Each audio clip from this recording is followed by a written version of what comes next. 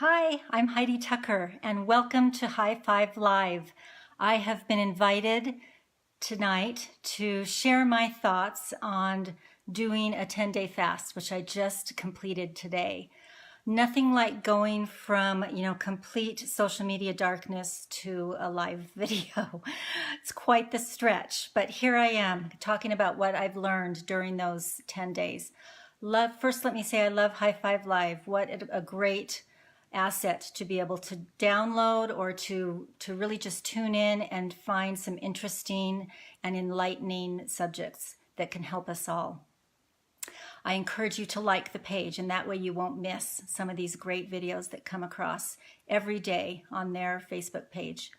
First I want to the short answer to two questions. Number one, is social media the devil? My answer to that is no. Is there a part that can be improved upon by myself? Absolutely. Absolutely, it can be improved on.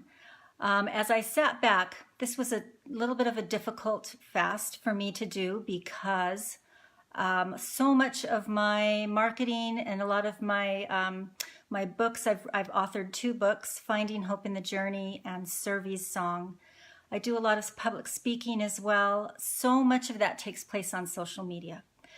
But when, the prophet stands up and says, I invite you to take a 10-day fast from social media, I kind of swallow hard and say, okay, here we go. And so, there's a lot of reasons that people do that, not just members of the Church of Jesus Christ of Latter-day Saints. There are absolutely members of all different faiths and religions and walks of life that often will say to themselves, it's time to step back. It's time to take a break.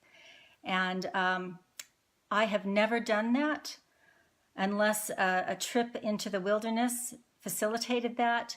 But this was an honor to follow the prophet that I love so dearly and to participate in this fast.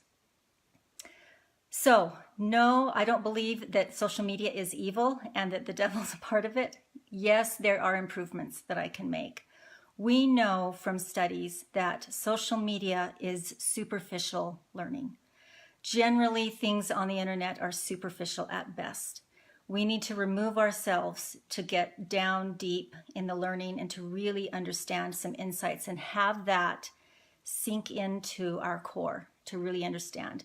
To just mindlessly scroll and catch headlines, not enough. So, having said that, I know from the study of neuroplasticity that neurons can still regenerate and develop into new connections. So even at my old lady age, right, those neurons can find new connections, which means this tired old brain is still malleable, right? There's still some things that I can learn. There's still some new insights, new light bulbs that can go on all the time for me.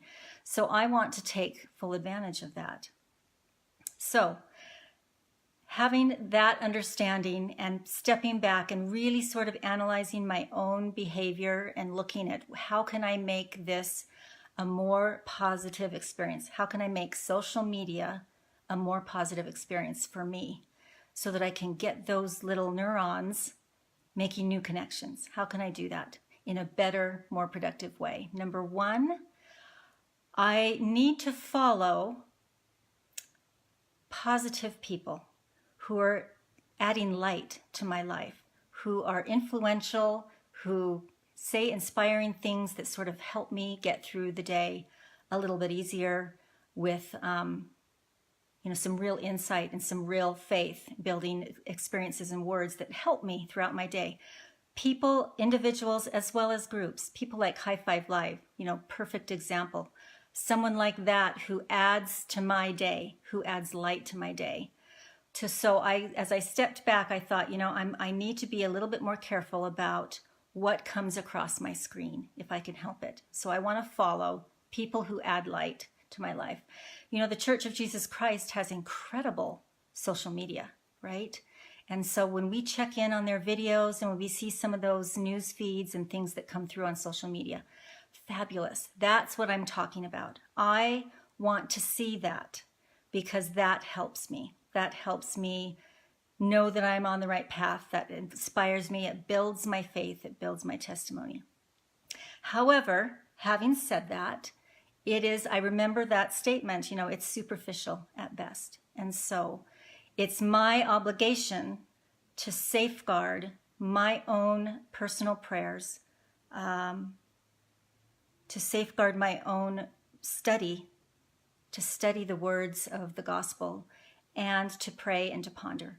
I need to safeguard that and make sure that that doesn't turn into strictly social media, strictly hearing from others. So if I'm using social media as sort of a platform to sort of gather, and then using that individual study and work time and pondering time to really put to test what I'm learning, that's where the benefit comes in, because that's where those neurons, those tired little neurons, are being awakened with light. I need to light up my neurons. And I don't think that that happens scrolling through social media. I think it happens when I ponder, right? And when I pray about things, and when I further, find other avenues to study what I'm hearing back. So we want to allow those neurons to generate new connections so that I can find light in so many different areas of my life. It allows my spirit to connect, and it just makes for a better, more positive me. I can then move forward and make a real difference in the world. If I am filled with light, others will feel that from me as well. So, number 3, I think the third final thing that I've learned that we can all do is use social media as a launch. Use it as a launch to climb higher and to have deeper learning. Use it as a launch. I think of it as a diving board, right? We all run to the end of the diving board and do this great big jump. And what are we going to do with that? What are we going to do with the launch off of the diving board? I see social media as that.